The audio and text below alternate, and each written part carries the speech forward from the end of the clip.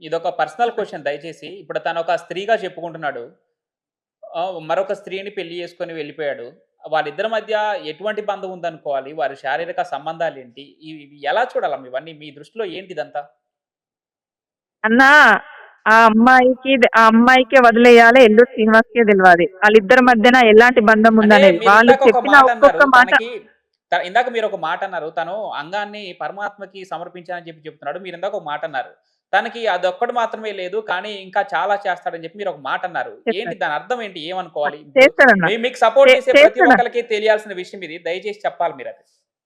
అన్న పక్కా చేస్తారన్న. నేను చెప్తున్నాగా పక్కా అంటే ఏంటి? చేస్తాడు. ఏంటి దయచేసి మీకు మీకు మీకు తగిన భాషలో చెప్పండి దాన్ని.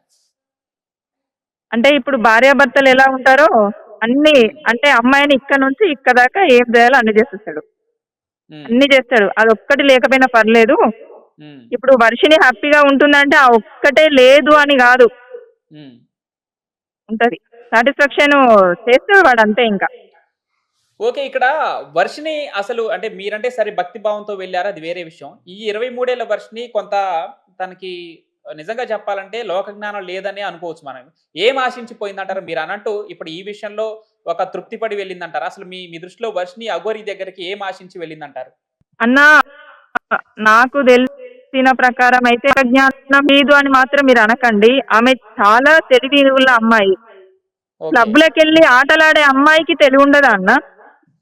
ఓకే. ఆ! చెప్పండి. క్లబ్‌లకెళ్ళి హ్మ్.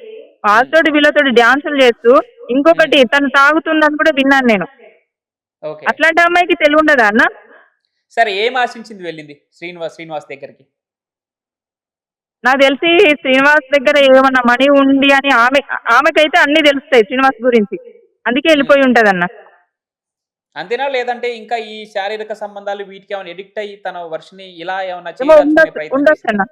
హ్మ్. ఉండొచ్చన్న. నేను చెప్తున్నాను గదా! వాడు మాత్రం హ్మ్. ఒక రసికుడే. హ్మ్. అంటే ఆల్రెడీ నేను బాధితురాలుగా చెప్తున్నా. హ్మ్. రసికుడే. ఓకే. అంటే ఇక్కడ సహజంగా మామూలుగా ఒక పురుషుడు, మహిళ వాళ్ళు సెపరేట్‌గా ఉండే ప్రైవసీ ఉండే విధానం వేరు. కానీ వీడు ఒక మహిళగా మారిన తర్వాత ఇంకా ఇట్లాంటి అకృత్యాలకు పాల్పడుతుండంటే, అంటే ఎట్లాంటి వికృత చేష్టలు చేసేవాడనేది మాత్రం లోకానికి తెలియటం కోసం మాత్రమే మేము అడుగుతున్నాం. ఉన్నారన్న. కానీ అతను ఎక్కడ కనపడ్డా హ్మ్. దగ్గర రానీయకండి. చెప్పు చీపురు పట్టి కొట్టండి.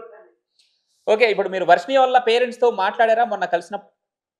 అంటే నేను వాళ్ళ అన్నయ్యతో మాట్లాడా. విష్ణు అన్నయ్యతో మాట్లాడా. విష్ణుతో మాట్లాడారా? మాట్లాడా. హ్మ్. ఏం జెప్పారు? ఎలా ముందుకెళ్తున్నారు? ఏంటి ఇద్దరు కలిసి వెళ్తున్నారా? ఏంటి? ఏం జెప్తారు లాస్ట్‌కి? అలా కలిసి వెళ్ళడం అంటే గాదు. అంటే నన్ను ఫస్ట్ టైమ్ జూసాడు. సో, హ్మ్. నువ్వేనా తన బాధితురాలివి అని జెప్పేసి ఒక హ్మ్. 2, 3 మాటలే మాట్లాడా. జాగ్రత్త అమ్మ వాడు ఇలాంటోడు, అలాంటోడు. సో, ఇప్పుడు నేను చెప్పినట్టే జెప్పిండు పాపం తను గూడా. అయితే ఇప్పుడు విష్ణు మీకు జెన్యూన్‌గా కనిపించాడా? ఎందుకంటే విష్ణు మీద గూడా చాలా ఆరోపణలొస్తున్నాయి. ఈ 'వర్షినికి', విష్ణుకి లే సంబంధించి. సో, మీకెలా అనిపించాడు లేదన్నా. విష్ణు? హ్మ్. అన్న జెన్యూన్ గానే కనిపించాడు. వాళ్ళ చెల్లె ఓకే. కోసం చాలా ఆరాట పడుతున్నాడు పాపం. హ్మ్. ఆయనని చెప్పొచ్చు. జెన్యూన్ అనే చెప్పొచ్చన్న. ఓకే. ఇప్పుడు ఈ అఘోరి ముసుగు వేసుకొని మరి ఇట్లా మహిళలతో అసభ్య ప్రవర్తన చేసుకుంటూ, పెళ్ళిళ్ళు చేసుకుంటూ, ఇట్లాంటి అమ్మాయిలు మోసం చేస్తున్నారు. ఇప్పుడు మీరు గూడా మోసపోయారు. ఈ ఫైనల్‌గా 'శ్రీనివాస్' గురించి ఏం చెప్తారు? ఏం కోరుకుంటున్నారు? అతని విషయంలో ఏం జరగాలని, ఎలాంటి చర్యలకి డిమాండ్ చేస్తున్నారు? ఇంకోటన్నా ఆయనకు మధ్యప్రదేశ్‌లో కూడా నాకు తెలిసి ఒక అమ్మాయుంది. మధ్యప్రదేశ్‌లో. ఇంకోటి నేను కోరుకుంటుంది ఒక్కటే. హ్మ్. అతనికి మాత్రం శిక్ష పడాలే. హ్మ్. ఆహ్, అది తొందరగా చట్టం ముందుకొచ్చి అతన్ని పట్టుకొని శిక్షించాలని నేను కోరుకుంటున్నా అన్న. అమ్మా ఇప్పుడు మీరు నేను అడక్కముందే చెప్పారు మధ్యప్రదేశ్‌లో ఒక అమ్మాయి ఉందని జెప్పేసి. అందుకే అడిగా హ్మ్. ఇందాక ఇంకా లోకానికి తెలియని ఇంకా ఇట్లాంటి పచ్చి నిజాలేమన్నా ఉంటే వాడి వికృత చేష్టలకు సంబంధించి ఏమన్నా నిజాలుంటే మీరు చెప్పలేనివి ఏమన్నా ఉంటే దయచేసి నోరు విప్పండి అని కోరుకుంటున్నాం మిమ్మల్ని. ఆ ఫోను మాట్లాడంగా విన్నా అన్న నేనొకటి. హ్మ్. అది.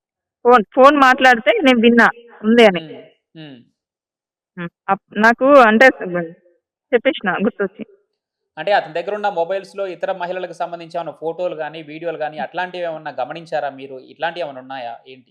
నా నా చేతికెప్పుడు ఫోన్లు ఇయ్యలేదన్న. అది ముట్టుకుంటేనే తీసేసుకుంటాడు చేతిలోకెళ్ళి. హ్మ్. చాలా క్రిమినల్ ఓకే. బ్రెయిన్.